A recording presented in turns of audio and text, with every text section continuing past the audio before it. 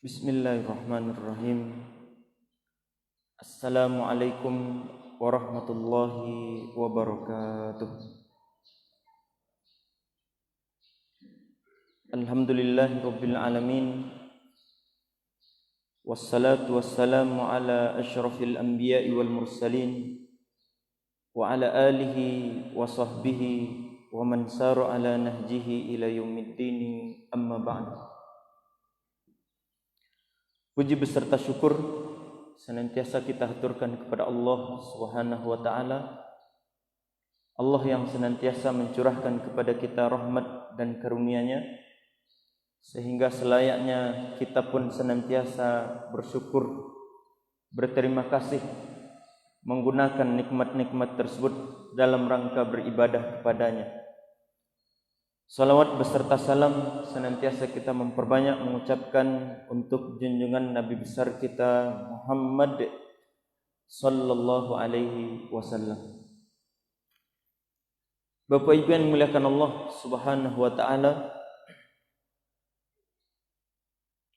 kalau kita melihat dan memperhatikan dari rukun Islam yang 5, itu 4-nya itu ibadah. Rukun Islam itu yang pertama bersyahadat, kemudian yang kedua salat, yang ketiga puasa, yang keempat zakat, yang kelima haji. Nah, dari yang 4 ini Bapak Ibu, dari salat, puasa, zakat, kemudian haji, ada salah satu perbedaan ibadah puasa dengan ibadah-ibadah yang lainnya. Antara ibadah puasa dengan ibadah salat, zakat, haji, itu ada perbedaan yang mendasar. Kira-kira itu apa perbedaannya Bapak Ibu? Bahwa ibadah puasa itu adalah ibadah sirriyah, ibadah yang tersembunyi. Ibadah puasa itu adalah ibadah yang tersembunyi. Sedangkan ibadah yang lainnya, puasa, zakat, kemudian haji, itu adalah ibadah yang jahriyah, yang dinampakkan. Maka Bapak Ibu yang dimuliakan Allah Subhanahu wa taala, salah satu pelajaran yang berharga yang kita dapatkan dari ibadah berpuasa ini adalah bagaimana kita ini bisa menyembunyikan amal ibadah kita kepada Allah Subhanahu wa taala. Ini salah satu pelajaran yang bisa kita ambil dari ibadah berpuasa ini, bahwa ibadah puasa mengajarkan kita supaya menyembunyikan amal ibadah. Kata Allah Subhanahu wa taala dalam Al-Qur'anul Karim, dalam surat Al-Baqarah ayat 271, "In tubdus sadaqati fa ni'mahi." Jika kalian menampakkan ibadah sedekah kalian, jika sedekah itu dinampakkan, fa ni'mahi, maka itu adalah sedekah yang baik. Tapi wa in tukhfuha wa tu'tuhal fuqara'a fahuwa khairul lakum. Tapi kalau sedekah yang kita sedekahkan, kita sembunyikan, kira-kira mana yang lebih baik? Kita tampakkan sedekah itu atau kita sembunyikan? Kata Allah Subhanahu wa taala, wa in tukhfuha wa tu'tuhal fuqara'a fahuwa khairul lakum. Jika kalian sembunyikan, maka itu adalah sedekah jauh lebih baik daripada dinampak. Dalam hadis yang lain, Rasulullah sallallahu alaihi wasallam mengatakan, yang berasal dari Sa'ad bin Abi Waqqas, Rasulullah sallallahu alaihi wasallam mengatakan, "Innallaha yuhibbul 'abdat taqiyal ghaniyal khafiyah." Sesungguhnya Allah, kata Rasulullah sallallahu alaihi wasallam, sangat-sangat mencintai hamba yang bertakwa, al-ghaniyah, yang merasa cukup dengan nikmat Allah, kemudian yang ketiga al-khafiyah, Apa itu al-khafiyah, Bu? Al-khafiyah itu adalah hamba yang suka menyembunyikan amal ibadah. Dua dalil ini kita rasa sudah cukup untuk menggambarkan bahwa amalan-amalan yang kita sembunyikan, yang tidak ada yang mengetahuinya kecuali hanya Allah dan diri kita, itu adalah amalan terbaik yang kita lakukan kepada Allah Subhanahu wa taala. Kenapa Bapak Ibu yang dimuliakan Allah Subhanahu wa taala? Karena ketika seseorang menyembunyikan amalannya, maka itu sudah pasti ikhlasnya lillahi ta'ala. Orang yang beribadah dan dia bisa menyembunyikan ibadahnya. Dia membaca Al-Quran, dia bersembunyi dalam membaca Al-Quran. Dia sholat tahajud, dia menyembunyikan tahajudnya. Dia bersodakoh, dia menyembunyikan amalan sodakohnya. Dia beribadah, apapun ibadah yang dia lakukan, dia sembunyikan. Itu sudah pasti panggilannya itu adalah panggilan iman kepada Allah Subhanahu wa taala. Tapi sebaliknya Bapak Ibu, ketika seseorang itu munafik, ketika seseorang itu menginginkan popularitas, menginginkan pujian sanjungan dari orang lain, maka susah untuk orang seperti ini untuk menyembunyikan amalan. Orang munafik itu Bapak Ibu, kalau tidak ada yang mencalinya dalam beribadah, dia tidak suka beribadah. Bahkan dia tidak mau beribadah kecuali kalau ada orang yang melihat. Ini orang munafik. Dia tidak akan memperbagus ibadah sholatnya kecuali kalau di hadapan orang banyak. Ini orang munafik. Kalau banyak kamera misalkan yang menyorot, maka dia semangat dalam beribadah kepada Allah Subhanahu wa taala. Tapi kalau kamera itu hilang, tidak ada yang mencaliknya, maka ibadahnya itu kemudian hilang seketika. Ini ciri-ciri orang munafik. Jadi, kenapa ibadah yang tersembunyi, ibadah yang kita sembunyikan itu dicintai oleh Allah? Besar pahalanya di sisi Allah Subhanahu wa taala karena ibadah yang tersembunyi itu sudah pasti karena Allah Subhanahu wa taala, lillahi ta'ala. Kalau kita lihat-lihat Bapak Ibu, orang-orang soleh terdahulu dari kalangan para sahabat, tabi'in dan tabi'in dan orang-orang soleh yang lainnya, maka di antara amalan-amalan unggulan yang mereka miliki, di samping banyak ibadahnya, ibadah unggulan lain yang mereka miliki itu adalah ketika mereka suka menyembunyikan amal soleh yang mereka kerjakan. Lihatlah Umar ibn al-Khattab radhiyallahu taala anhu. Umar ibn al-Khattab hampir di setiap malam, dari malam-malam yang beliau lewati, itu malamnya itu penuh dengan amalan-amalan tersembunyi. Dia datang ke pelosok-pelosok rumah-rumah warga kaum muslimin, dia memikul barang-barang, benda-benda dari Baitul Mal dalam bentuk gandum, dalam bentuk roti, dalam bentuk minyak dan segala macamnya. Beliau sendiri yang memikulnya, kemudian beliau letakkan di pintu-pintu kaum muslimin. Tidak ada yang tahu. Kecuali nanti ada beberapa sahabat yang mengintip beliau sehingga ketahuan. Itu Umar ibn Khattab. Abu Bakar As-Siddiq radhiyallahu taala anhu, ketika beliau menjadi khalifah, ada seorang wanita yang tua, yang sudah buta matanya, yang sudah terkena penyakit stroke, tidak bisa berjalan.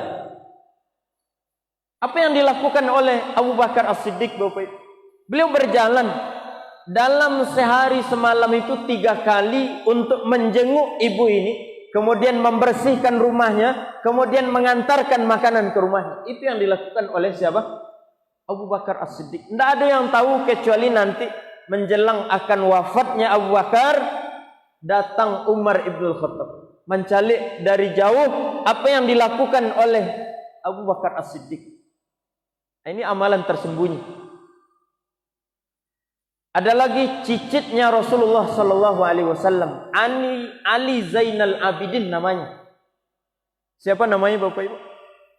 Ali Zainal Abidin. Ini adalah anak dari Husain bin Ali bin Abi Thalib, cicitnya Rasulullah sallallahu alaihi wasallam. Beliau ini Bapak Ibu, ketika akan wafat, ketika orang-orang memandikan jenazahnya, ternyata orang-orang mendapatkan di pundak itu bekas beliau itu mengangkat barang-barang yang berat.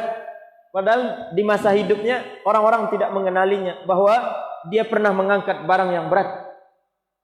Jadi ketika dimandikan, nampak dari bahunya itu bekas menghitam karena mengangkat barang-barang yang berat. Selang beberapa hari, kemudian orang-orang fakir di kota Madinah, orang-orang miskin di kota Madinah mengadu. Mereka ini satu suara mengatakan bahwa makanan-makanan yang terbiasa tergantung di pagi hari di rumah-rumah mereka sudah tidak ada lagi semenjak meninggalnya Ali Zainal Abidin. Jadi apa kegiatan beliau Bapak Ibu? Cucu atau cicit Rasulullah SAW ini setiap malam dia pergi ke rumah-rumah warga orang-orang yang miskin, kemudian meletakkan makanan di pintu-pintu mereka, sehingga orang-orang ketika keluar dari rumahnya mendapatkan makanan, sedangkan mereka tidak tahu siapa yang meletakkan. Sampai ketika Ali Zainal Abidin meninggal dunia, orang-orang semuanya terputus dari makanan ini, sehingga mereka semuanya yakin bahwa yang meletakkan itu adalah siapa? Ali Zainal Abidin. Ini amalan-amalan tersembunyi.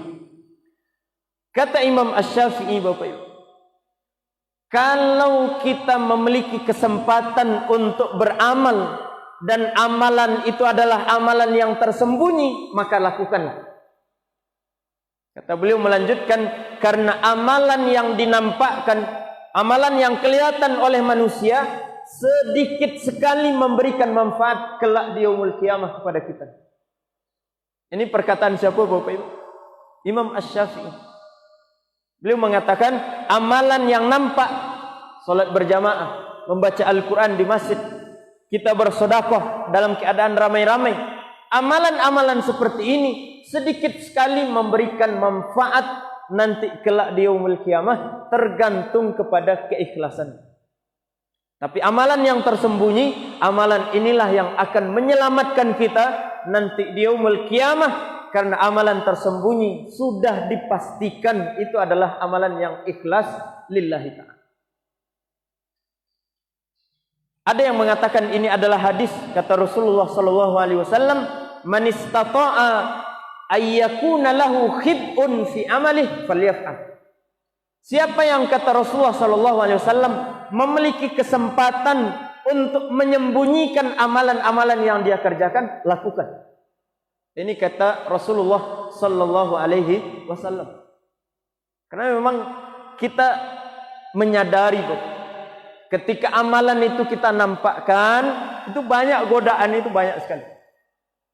Kita menginginkan pujian dari orang lain, kita menginginkan sanjungan dari orang lain. Ketika kita beramal, ada keinginan-keinginan lain di samping Allah Subhanahu wa ta'ala. Maka ketika amalan itu ada embel-embelnya, apalagi di zaman politik misalkan, mereka bersedekah, mereka berinfak, wallahu alam.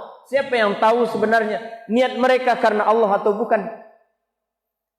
Kita dalam beramal, bersedekah, membaca Al-Quran, datang ke masjid, salat berjamaah dan segala macamnya, siapa yang tahu bahwa itu adalah lillahi ta'ala atau bukan? Kecuali hanya Allah Subhanahu wa ta'ala. Bahkan kita sendiri tidak jauh lebih tahu dari Allah Subhanahu wa ta'ala. Apakah amal itu sudah ikhlas lillahi ta'ala atau belum? Kita tidak tahu. Jadi Bapak Ibu yang dimuliakan Allah Subhanahu wa ta'ala, kajian kita pada subuh kali ini ingin mengingatkan bahwa di antara pelajaran besar yang diberikan oleh Ramadan kali ini, bahwa Ramadan mengajarkan kita untuk beramal supaya menyembunyikan amalan-amalan yang kita kerjakan kalau kita mampu. Kata Sufyan bin Uyainah rahimahullahu taala, hendaklah kalian, beliau memberikan pelajaran, memberikan nasihat kepada murid-muridnya. Beliau mengatakan, hendaknya kalian menyembunyikan amalan-amalan soleh kalian sebagaimana kalian menyembunyikan dosa-dosa yang kalian lakukan. Kalau melakukan dosa kita berusaha menyembunyikannya, tidak menampakkan kepada manusia, maka hendaknya kita dalam beribadah pun menyembunyikan supaya ibadah itu ikhlas lillahi ta'ala. Tapi Bapak Ibu, dengan satu catatan, bahwa tidak semua amalan bisa kita sembunyikan. Walaupun ibadah yang tersembunyi itu adalah ibadah yang paling afdal, yang sangat dicintai oleh Allah Subhanahu wa taala. Tapi bukan berarti semua ibadah lalu kita sembunyikan, tidak. Ada ibadah-ibadah yang justru harus kita nampakkan karena dia adalah syiar dari agama Allah Subhanahu wa taala. Salat berjamaah terutama bagi yang laki-laki, kira-kira disembunyikan afdalnya atau dinampakkan? Dinampakkan, karena ini adalah syiar dari agama Allah Subhanahu wa taala. Jadi jangan nanti ketika pulang dari pengajian seperti ini misalkan, nanti tidak datang lagi ke masjid, tidak hadir lagi dalam salat berjamaah, lalu mengatakan, kenapa tidak datang lagi ke masjid? Ambon menyembunyikan amal solehmu. Ini bukan tempatnya. Ada amalan-amalan yang harus kita sembunyikan, yang kita usahakan untuk disembunyikan. Sedekah, membaca Al-Quran, salat sunnah kita.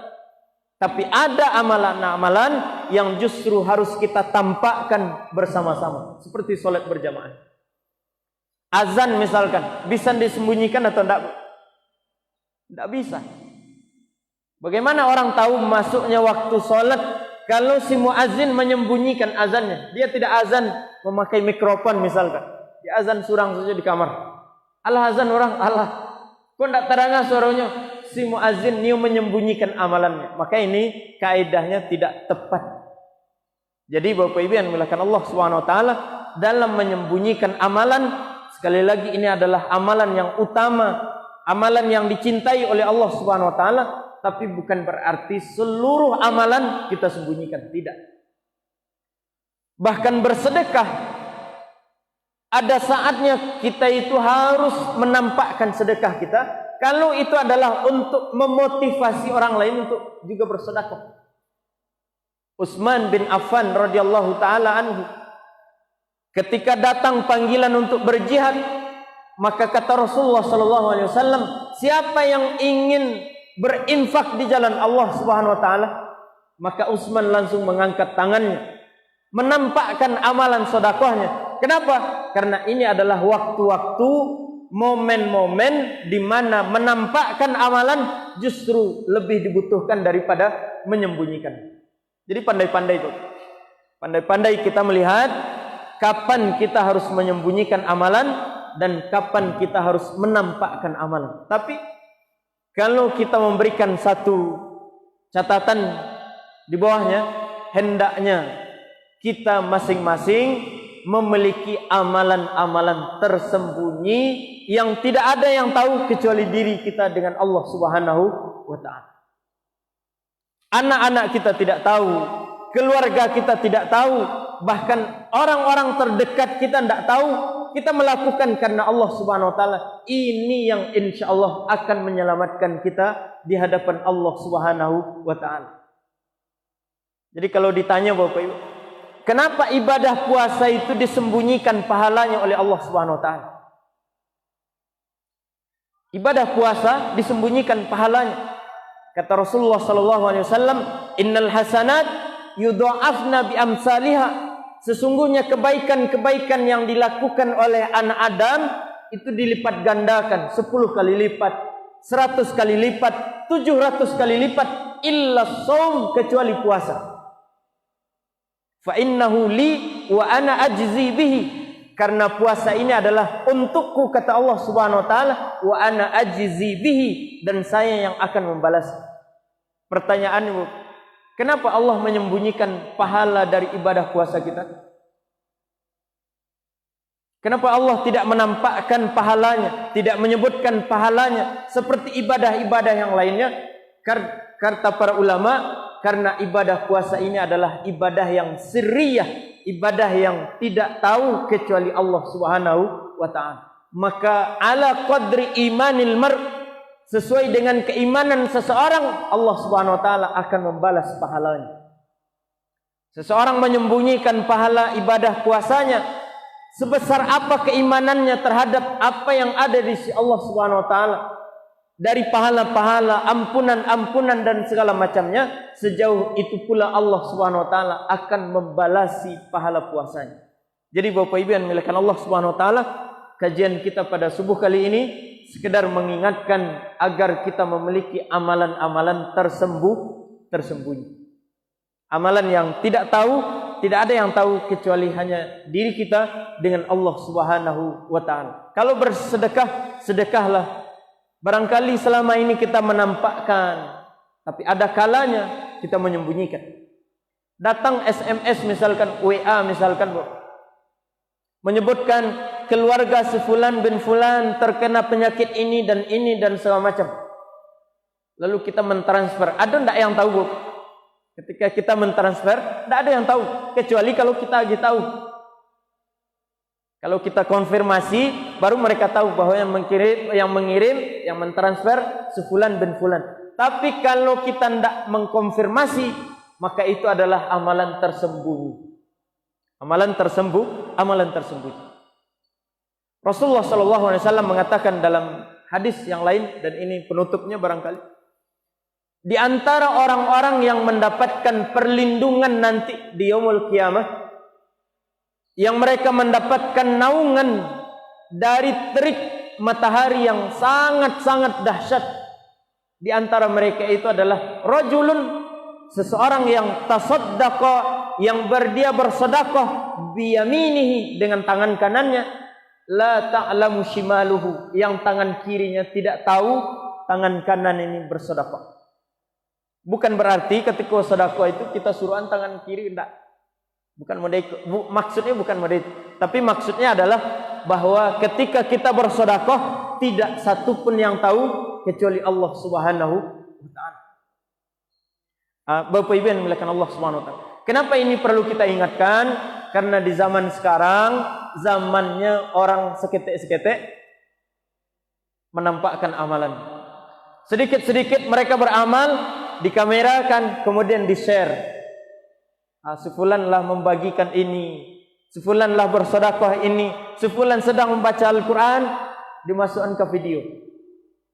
Ini zaman sekarang, zaman di mana orang-orang berlomba beramal, iya, tapi di sisi lain mereka juga berlomba-lomba untuk menampakkan amalan. Maka perlu rasanya kita mengingatkan bahwa amalan terbaik itu bukan amalan yang dinampakkan, tapi amalan yang ikhlas lillahi ta'ala. Dan amalan yang ikhlas itu salah satu cirinya adalah ketika seseorang bisa menyembunyikan amalannya dari pandangan orang lain. Ini yang bisa saya sampaikan Bapak Ibu. Mohon maaf banyak salah dan khilaf. Semoga bermanfaat. Kita akhiri dengan doa kafaratul majlis. Subhanakallahumma bihamdik, asyhadu an la ilaha illa anta astaghfiruka wa atubu ilaik. Assalamualaikum warahmatullahi wabarakatuh.